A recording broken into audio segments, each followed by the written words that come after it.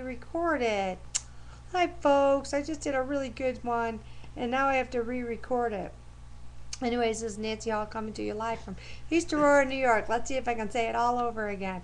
I was talking about my ex-husband and the accident and all what happened, and oh, it was a darn good one. Anyways, yes, we got in a motorcycle accident in May of 2000. He was riding the bike, I was in the back. I got thrown 100 yards, breaking my neck severely.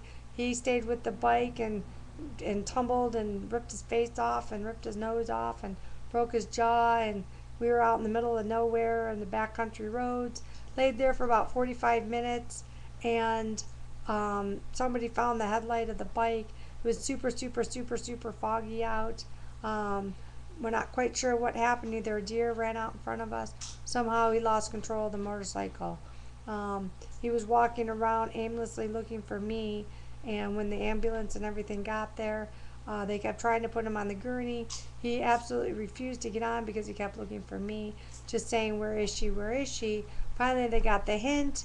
They found me 100 yards away from the road, face down.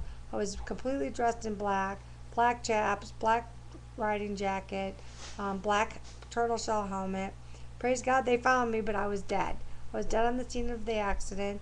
They mercy flighted him to the hospital, and they drove me to the ambulance with no pulse, getting me to the hospital. Somehow someone found a pulse. I swear this is a true story. Could strike me dead.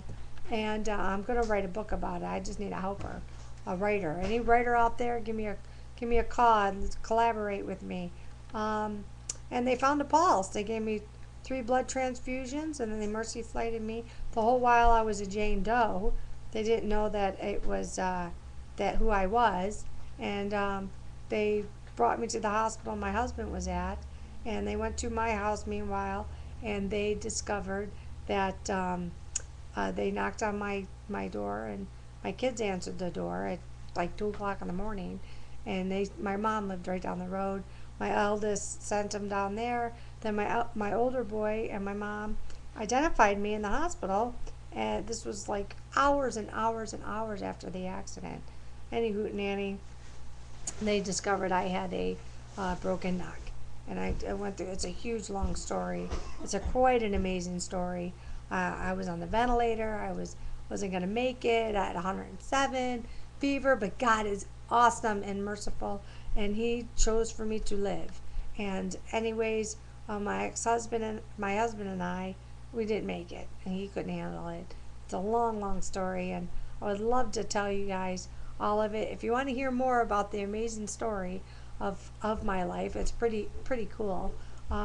Let me know, and I'll tell more. Today I'm going to reapply for SSI. Fun, and they want to make sure I'm still paralyzed, and I'm not ripping off the system, and no, I'm still paralyzed. But, I'm going to have an art show this weekend. It's going to be good. I'll get back to you and let you know how everything is. And I'm curious to see if you people want to hear more of my story. So let me know. God bless. Have a great day. And always look up and seek forward. Bye.